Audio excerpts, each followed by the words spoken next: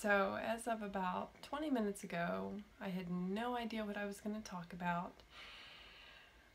And then I got this really sick feeling in the pit of my stomach because I know what I need to talk about. And I knew that this would come up at some point, and I'm probably going to cry through most of this one, so just be forewarned. So, one of my defense mechanisms is to put on like a jacket and be as covered as possible when I feel exposed and vulnerable. And I wanted to wear my favorite camo hoodie and I could not find it anywhere. I looked all over, and you might be thinking, Rachel, the camo's right there behind you. No, so I thought it was, but I picked it up and it's my camo off-the-shoulder sweatshirt. Not what I wanted to wear. But Rachel, there's still camo behind you. Yes. This is my camo zip hoodie. Not what I wanted to wear. But Rachel, there's still camo behind you. It's another camo zip hoodie.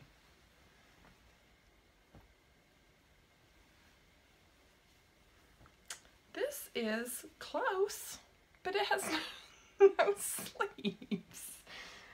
And this I thought might be it. Nope, it's my camo sweatpants. I think I have a problem. So rather than wearing any of that camo, I'm on strike and I'm wearing my varsity hoodie. All right, so I'm praying for God's grace to get me through this one. So today I took my kiddos to Mother's Day out, my two youngest, and my oldest daughter had school today, and she had a Greek program, and they've been studying Greek history this year. It's classical education, so they study the same time period the whole year. And so they were learning about the Greeks. They learned about the Trojan War. They learned the Greek alphabet. They learned about the first Olympic Games, which I did not know, but they only allowed men to compete, which doesn't really surprise me. But what my sweet 7-year-old daughter taught me from her classical Christian school is that the male athletes in the Olympics didn't wear any clothes. I did not know that. They competed completely naked. I'm a little jealous, I gotta admit. Sounds very liberating. And so I guess they only allowed unmarried women to watch the Olympics back then. So, understandably, so that might cause a problem otherwise. Anyway, so I went to her program, and then they had their own little version of the Olympic Games afterwards. And it was held in their gymnasium, and I ran into a guy that I saw about 6 months ago. That's not right. About 6 weeks ago, and we same seats. We were sitting there, and he's one of the dads of one of the other girls that attends school there. And he was like, "How's it going?" And I said, "Well, better than last time I was sitting here talking to you." His name's Greg. He's a great guy. He's in the ministry, and last time we were sitting there when we were setting up for some other school function, he'd been telling me about his ministry, which sounds like a wonderful, wonderful thing. And I got a text from my dad, and in my family we deliver bad news via text because it's just kind of an understood, some families would probably think that that's kind of cold or whatever, but I don't want to be told bad news over the phone, and I don't want to deliver bad news over the phone. It's too hard. It's too much. So he texted me.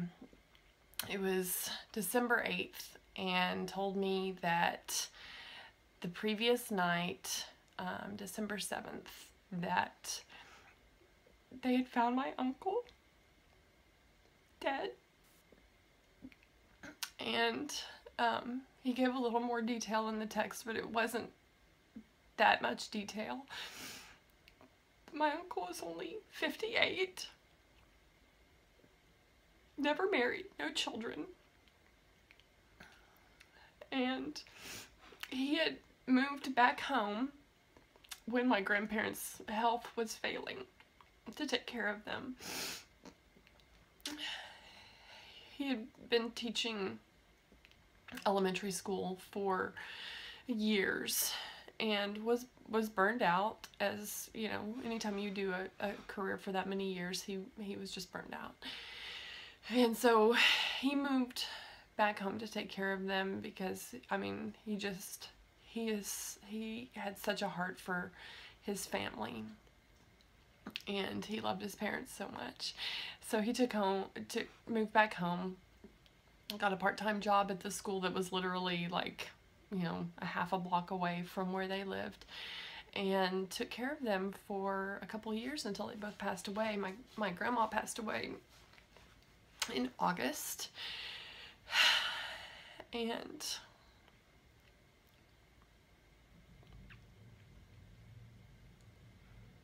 awkward.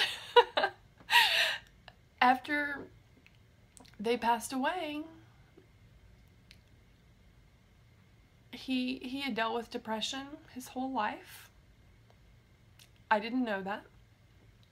I knew he had dealt with it at some point. And I will preface all this by saying I did not ask my family about talking about this, but a couple of them have mentioned it on social media, so I'm taking that as that I can talk about it, but I think it's important to talk about. So anyway, I don't even remember what I was saying. Anyway, so he took care of them, and when they passed away, so he had dealt with depression, and it started getting worse, and he was dealing with insomnia, and so he wasn't sleeping well. He recognized that it was a problem, and was getting help. All of this I was completely unaware of, but basically he just didn't feel like he had anything to live for. So he committed suicide. And so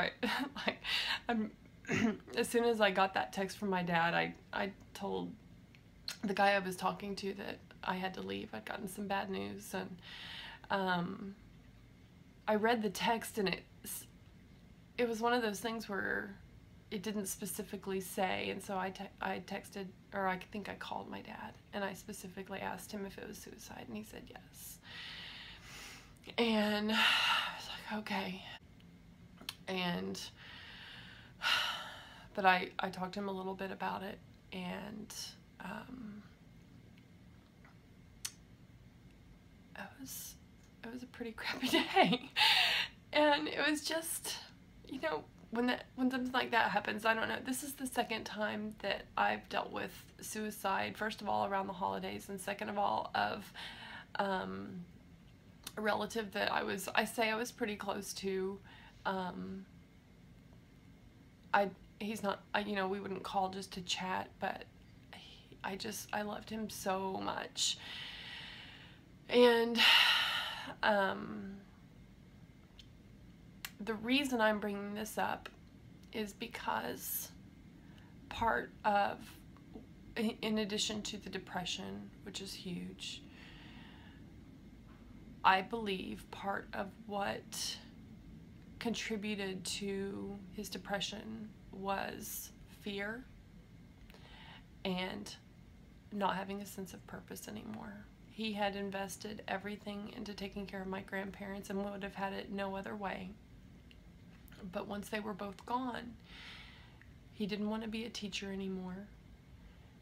He wasn't taking care of his family anymore. He wasn't married. He didn't have children. So I'm sure he thought, what's left for me? What am I supposed to do now? And, a couple years shy of 60, I'm sure he was afraid of growing old by himself. Who's going to take care of me? I don't want to be a burden to anybody. And it's just, it breaks my heart because I loved him, and I hate the fact that, you know, even when you get older, I'm 37, I think. I don't know, I quit counting.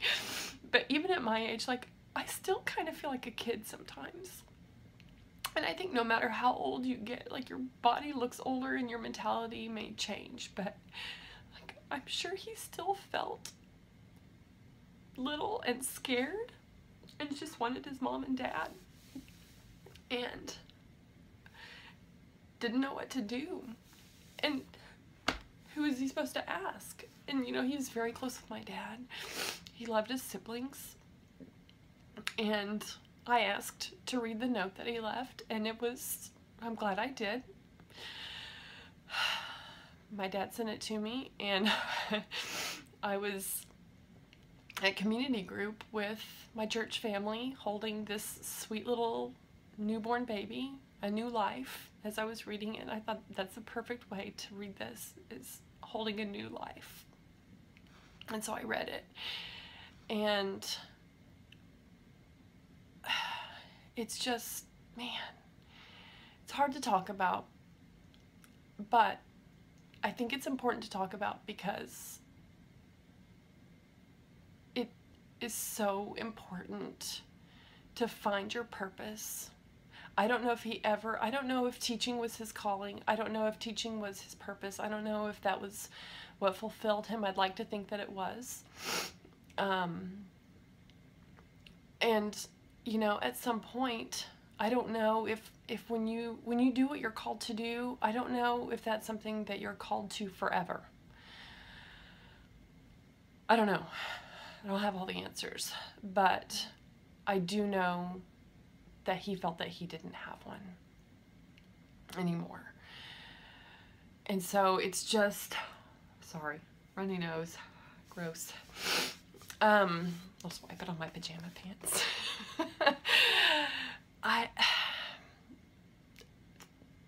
This is one of my main drivers of why I'm going to pester you every chance I get to do something.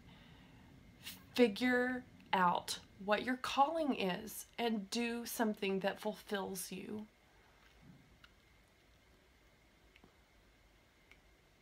Life can really suck. Even if you are doing what you're called to do, life can still really suck. I have a lot of days where I just want to give up, throw in the towel, screw this. I have a happy marriage. I love my husband. I love my kids. They drive me crazy, but I love them. But even with that, I have days where I'm just like, I don't know if this is all worth it. I don't. But at the end of the day, I can't imagine doing anything else. I can't imagine not serving other women. I can't imagine not putting myself out there. Is scary, as my friend Colleen would say, it's scary AF. But we have to connect with each other. We have to talk about the hard stuff. And, you know, this was a really scary one to do because this wound is so fresh for me and for my dad and for, you know, my uncle's other siblings. There were 4 children total. But I talked to my dad about it, and he was like, you know what? He was saved. He believed in Jesus. He's in heaven now. He's happy. It's over. And he misses him, but it just, you know, depression is something that is kind of brushed under the rug. And a lot of people are afraid to talk about it. And just, you know, honestly, just finding your calling. If you deal with depression, just finding your calling and doing something isn't going to fix it. But it will give you something to live for. My husband deals with depression, and we talk about it very openly. If you watch our Bust in Bed YouTube show, we talk about it fairly frequently because we don't want it to be something that people are afraid to talk about. I mean, he's living his dream he's a stand-up comedian. He's always wanted to do that, and he loves it, but he still struggles with depression. So it's not like it's a quick fix, but then at least you feel like you're doing something that has meaning. when I told my daughters about my uncle, my oldest said, was he sick? And I started to say no, but then I caught myself and I said, yes, he was. And she said, well, how come he didn't tell anybody?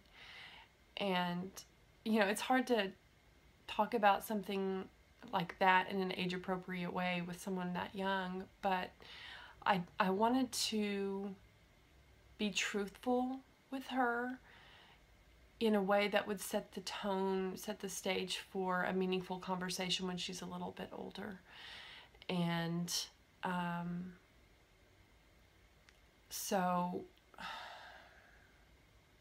I told her, yes, he was sick, because he was, and that her grandpa knew, and that was trying to help him. And, you know, man, it's hard to talk about, but it's an important conversation. And I know a lot of you that watch these deal with depression. I know some of you have dealt with suicide. It's tough. It's really freaking tough. But use that to drive you. If you can use something, use that, and make it serve a purpose, make it meaningful.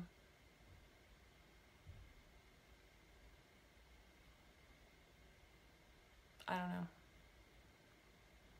That's all I have to say about that. Thanks for bearing with me through this. This one went way long.